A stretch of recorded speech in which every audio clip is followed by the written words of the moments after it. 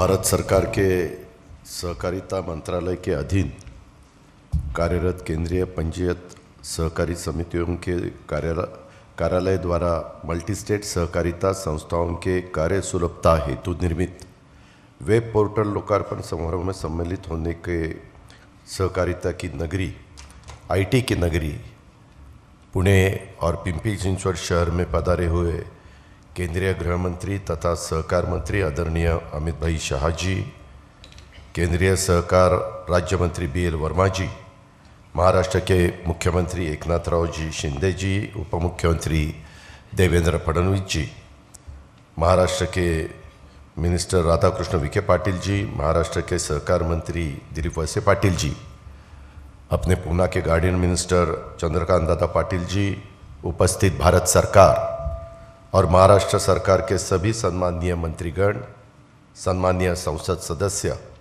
महाराष्ट्र विधानमंडल के सम्माननीय सदस्य और सभी साथियों का मैं तहे दिल से स्वागत करता हूं। स्थानिक इकाइयों के जनप्रतिनिधि केंद्रीय सहकार सचिव नैनेश कुमार जी, विशेष सचिव विजय कुमार जी और महाराष्ट्र के सहकार सचिव राजेश कुमार जी, सहकारिता क्षेत्र में कार्यरत सभी पदाधिकारी कार्यकर्तागण, सहकारिता क्षेत्र के लगाव रखने वाले सभी शुभचिंतक और पत्रकार मित्रों का भी मैं स्वागत करता हूं। उपस्थित सभी भाई बहनों को, युवा मित्रों का, राज्य का उप मुख्यमंत्री तथा सहकारिता क्षेत्र में कार्यरत कार्यकर्ता के नाते मैं तहे दिल से स्वागत करता हूं। सभी को धन्यवाद भी देता हूं, आभार भी प्रकट करता हूं। सहकारिता से समृद्धि, यह आदरणीय प्रधानमंत्री नरेंद्र मोदी जी का जो लक्ष्य है, इस लक्ष्य पूर्ति हेतु केंद्रीय सहकारिता मंत्री आदरणीय अमित भाई शाह के नेतृत्व में देश की सहकारिता क्षेत्र में नए बदलाव हो रहे हैं, यह हम सब देख रहे हैं। यह बदलाव सहकारिता क्षेत्र के कार्यकर्ताओं को, संस्थाओं को, पदाधिकारियों को विचार विमर्श के बाद सहमति से हो रहे, देश के लोगों के, देश के व्यापक हित को सामने रखकर ये सब किए जा रहे।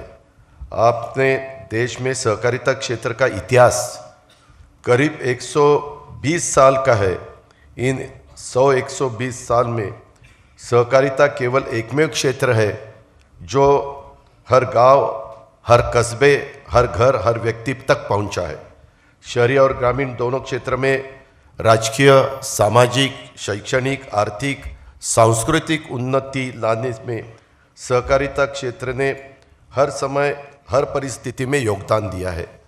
मुझे खुशी है और हर्ष है कि प्रधानमंत्री आदरणीय मोदी जी के कार्यालय में पहली बार केंद्रीय स्तर पर सहकारिता मंत्रालय स्थापन करने का निर्णय हुआ और देश के पहले सहकार मंत्री के तौर पर माननीय श्री अमित भाई ने इस महत्वपूर्ण नेतृत्व संभाला है।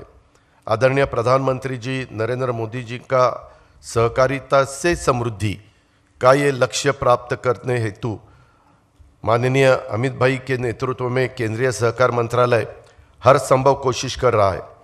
उनके हर कोशिश को हमारा पूरा साथ रहेगा, ऐसा विश्वास मैं आप आज से इस समारोह के उपलक्ष्य में देना चाहूँगा। माननीय अमित भाई गुजरात से आते हैं मगर अधिक प्रेम महाराष्ट्र से रखते हैं। आपको सब, अरे उनका कारण तो सुनो। कारण आप सभी को पता है कि वो महाराष्ट्र के दामाद है और मानो या न मानो, हर दामाद जी को ससुराल से थोड़ा ज़्यादा प्रेम हो ही जाता है। खुशकिस्मती की बात यह है कि महाराष्ट्र और गुजरात दोनों राज्य कभी एक थे। सहकारिता के क्षेत्र में दोनों राज्यों का इतिहास तथा वर्तमान गौरवशाली ही रहा है। मुझे उम्मीद है और विश्वास भी है कि आदरणीय अमित भाई जी के नेतृत्व में आज मल्टी स्टेट सहकारी संस्थाओं के समन्वय, संचालन तथा नियंत्रण में सहजता लाने हेतु एक महत्वपूर्ण वेब पोर्टल का विमोचन, लोकार्पण हो रहा है। यह एक कदम है। ऐसे कई कदमों और निर्णय के माध्यम से महाराष्ट्र और देश में कार्यरत सहकारी संस्थाओं में उत्साह, सकारात्मक वातावरण निर्माण होगा। सहकार क्षेत्र की समस्याएं दूर होने में मदद होगी। देश का सहकार क्षेत्र अपने लक्ष्य के ओर नए विश्वास के साथ आगे बढ़ेगा। सहकारिता के माध्यम से समाज सभी वर्गों के आर्थिक सामाजिक विकास में अच्छा बदलाव आएगा, यह मुझे उम्मीद है। मुझे विश्वास है कि महाराष्ट्र और देश की सहकारिता क्षेत्र को आगे ले जाने में आज लोकार्पण हो रहे वेब पोर्टल अहम भूमिका अदा करेगा। इस जनउपयोगी महत्वपूर्ण पोर्टल की संकल्पना निर्मिति में योगदान देने वाले सभी पदाधिकारी, अधिकारी, कर्मचारी, भाई बहनों में अभिनंदन करना चाहता हूँ, शुक्रिया अदा करना चाहता हूँ, सभी को धन्यवाद देना चाहता हूँ। केंद्रीय सहकार मंत्री माननीय अमित भाई जी के नेतृत्व में महाराष्ट्र और देश का सहकार क्षेत्र बुलंदियों की नई ऊंचाई हासिल करेगा और इस सफर में महाराष्ट्र आगे रहेगा, यह विश्वास भी मैं आदरणीय अमित भाई और उपस्थित आप सबको देना चाहता हूँ। आज जैसा ये महत्वपूर्ण कार्यक्रम है, वैसे महाराष्ट्र में, उत्तर प्रदेश में, गुजरात में सभी जगह में गन्ने का उत्पादन बहुत ज़्यादा पैमाने पे हमारे फार्मर्स निकालते हैं। मुझे मालूम है, यहाँ अभी दिलीप वलसे पाटिल बैठे हैं, हर्षवर्धन पाटिल जी है, हमारे राधा कृष्ण विखे पाटिल है, हम सब कोऑपरेटिव में काम करने वाले लोग हैं। पूरे देश में सहकारिता के क्षेत्र जुड़ी हुई चीनी मिले किसानों को एसएमपी ऊपर ज़्यादा दिए हुए गन्ना भुगतान के कारण इनकम टैक्स के मामले में पिछले 22 सालों तक जूझती आ रही है। 22 साल हो गए। मैंने तो इतने दफ़ा अलग अलग फाइनेंस मिनिस्टर को हम सब जाके मिले कि मैं आपको बता नहीं सकता। इस चलते सहकारिता चीनी उद्योग को 12,500 से 15,000 करोड़ तक पूरे देश में आयकर भुगतान केंद्र सरकार को देने की बड़ी नौबत थी और इस वजह से सारी सहकारिता चीनी मिलें बंद होने का बहुत बड़ा खतरा था। इस राशि में हमारे महाराष्ट्र राज्य की सहकारिता मिलों को करीबन 7,500 से 9,000 करोड़ तक का बड़ा असर शामिल था और बार बार इनकम टैक्स की नोटिस आती थी। बार बार उसके बारे में हम दिल्ली जाते थे, लेकिन कुछ रास्ता नहीं निकल सकता था। लेकिन आदरणीय नरेंद्र मोदी साहब ने एक बड़ा अच्छा फैसला करके सहकारिता क्षेत्र को देश में अधिक सक्षम करने के हेतु से नए और स्वतंत्रता सहकारिता मंत्रालय का निर्माण किया।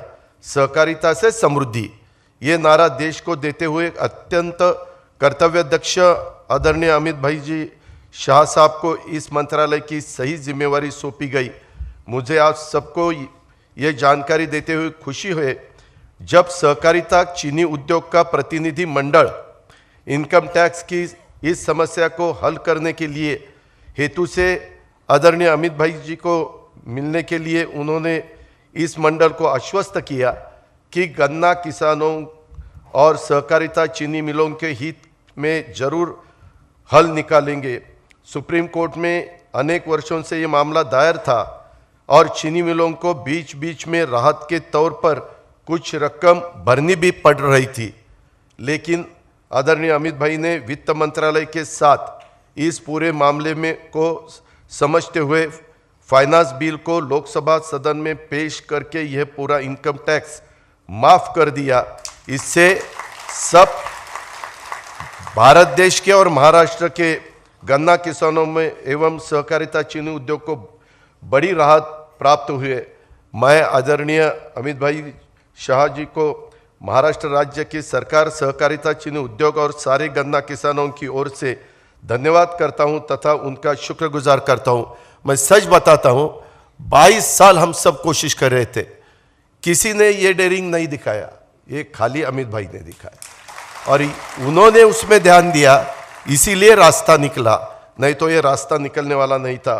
हालांकि इससे आगे जाके हालांकि मैं सीबीडीटी ने इस इनकम टैक्स के मामले में एक एसओपी स्टैंडर्ड ऑपरेटिंग प्रोसीजर जारी की है। इसके चलते अब एफआरपी के ऊपर इथेनॉल और कोजनरेशन और सहकारिता चीनी उद्योग ने सही और पारदर्शी ढंग से काम करके पैसा जुटाया और किसानों को ज़्यादा रकम दी, तो राज्य सरकार की मान्यता रहते इस पर इनकम टैक्स नहीं लगाने वाला है। यह भी एक बड़ा दिलासा हमको मिला है। उसकी भी ऑर्डर बीच में ही हमें सबको मिली है। मी आपल्याला सगळ्यांना सांगू इच्छितो की मी एका कारखान्याचं नेतृत्व करतो।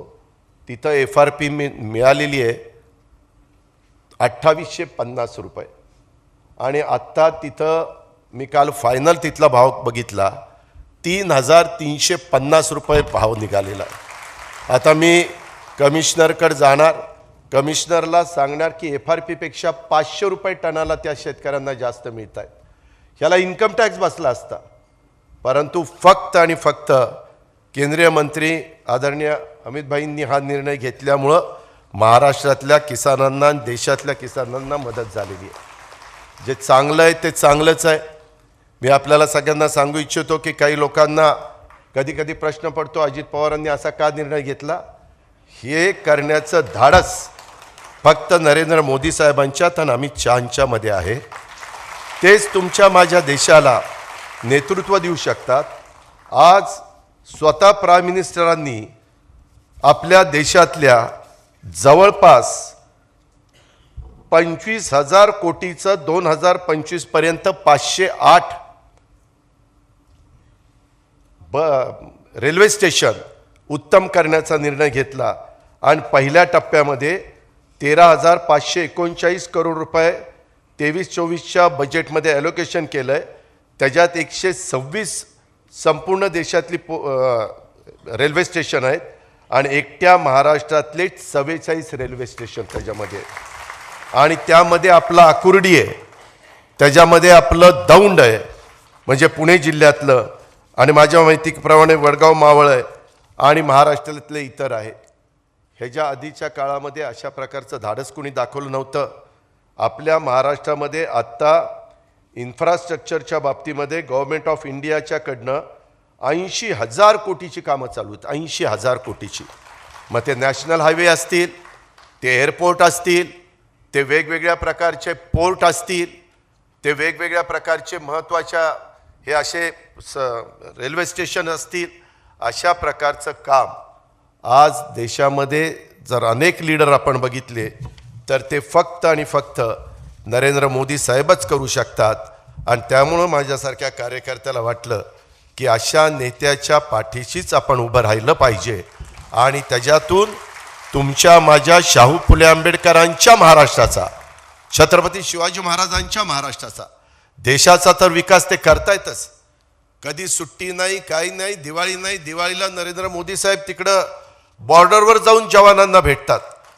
गेल्या 9 वर्षामध्ये ज्या प्राईम मिनिस्टरनी कसल्याही प्रकारची सुट्टी घेतली नाही अशा प्रकारचे प्राईम मिनिस्टर, मी मागच्या कुठल्या प्राईम मिनिस्टरच्या बद्दल अपमान करणारे शब्द वापरणार नाही, परंतु हे फक्त आणि फक्त नरेंद्र मोदी साहेबच करू शकतात। आज देशाला त्यांच्याशिवाय पर्याय नाही। जगामध्ये मान्य झालेलं ते नेतृत्व आहे आणि आज अमित भाई देखील तितक्याच तडफेने काम करतात। मला देखील एखादं काम त्यांना सांगितल्यानंतर ताबडतोब त्याचा निकाल लागतो। आज देखील मी मुख्यमंत्री आणि देवेंद्र फडणवीस साहेब 1 तास त्यांच्याशी चर्चा करत होतो। आम्ही मेट्रोच्या बद्दलचं काम त्यांच्या कानावर घातलं। आम्ही त्याच्याचबरोबर त्या ठिकाणी अपना Pune Nashik semi high speed rail line के बारे में उनके साथ हमने बात की। उन्होंने बताया उसके बारे में ठीक से निवेदन मेरे पास भेज देना। ये दोनों भी काम मैं महाराष्ट्र के लिए करने के लिए तैयार हूँ। ऐसा पॉजिटिव अप्रोच उनका रहता है, इसीलिए हम बहुत खुश है। मैं फिर एक दफ़ा आप सबको और अमित भाई जी को और सभी साथियों को धन्यवाद अदा करता हूँ और मेरे वीरों को शब्दों को विराम देता हूँ। जय हिंद, जय महाराष्ट्र। भंडाऱ्याची उधळण म्हणजे